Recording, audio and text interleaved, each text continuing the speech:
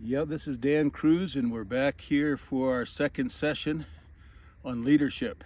We're looking at the book of Nehemiah, and that is in the Old Testament of the Bible. And you don't have to be a Christian, you can be a Muslim or a secular person to have value from this book. It's a book on leadership, 12 chapters, short chapters. And last time we talked about Nehemiah getting the passion for leading because he was weeping and crying for his people. And that's what caused him to be a good leader, a great leader, actually.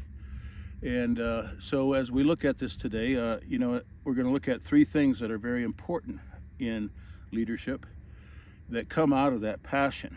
The first is vision, the second is a mission, and thirdly, a strategy.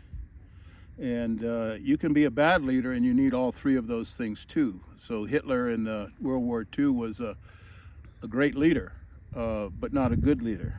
He wanted to basically take the German people and rule all of Europe. And so that's why he brought them into war.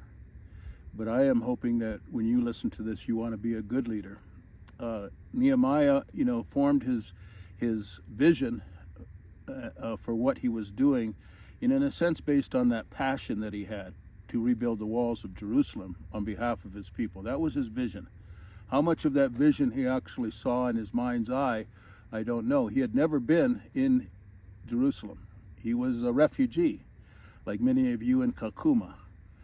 But when he got this burden on his heart, he fell on his face to pray. And in that prayer, it was a prayer that asked God, but also listened. It was a listening prayer, and that's really important. But he was listening, and he gained this vision for the future, a future where his people would be safe and secure and would be able to return to their homeland. And so that vision is what he saw and kept him and sustained him. And from that vision, he got a mission. A mission is easily defined. His mission in this case was to rebuild the wall of Jerusalem. And Kalkuma, your vision may be returning to your land just like it was for Nehemiah, but your goal, your mission might be to gather your people and begin to develop a strategy together and prepare that strategy so that you can go back and farm in the wonderful land that God has given you.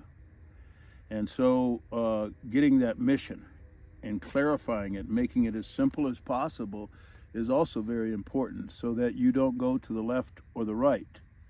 I've told people before as they're making decisions in life that are very important, it's like a person plowing a field with a horse or a cow, and then out in the distance they see a pointer, a mark, and they guide that thing and they watch that the whole time. And they make sure they're straight. You don't want your mission to allow you to deviate, to go off trail, to take people down the wrong road. You want to say, this is directly where we're going.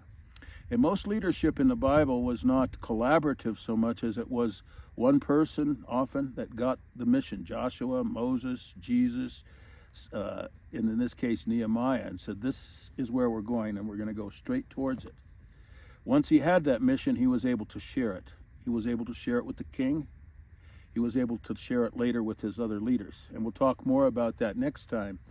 But finally, he also was able to develop a strategy. And you'll see that when he goes back. He finally goes back to Jerusalem, a place he's never been. And he begins to walk around the city. And he begins to look at the situation that he faces.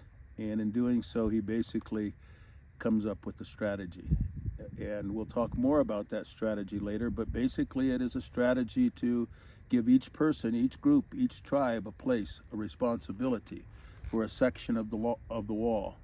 And then he gathers the elders of the community and he shares that strategy and that mission and his vision, and everything comes together and they begin to work together with the resources that the king, who is also a part of his team, the king Artaxerxes, one of the greatest kings that Persia has ever had, and a king that released people from exile, let them go back from their refugee camps, leave and go return home from the diaspora, and go back home and settle their own land and have a good relationship with the king for the rest of their time.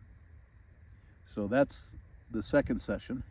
I'm sitting here in New Mexico, up near the Navajo Indian Reservation on a piece of land that I thought you might enjoy seeing in our backdrop. Thank you.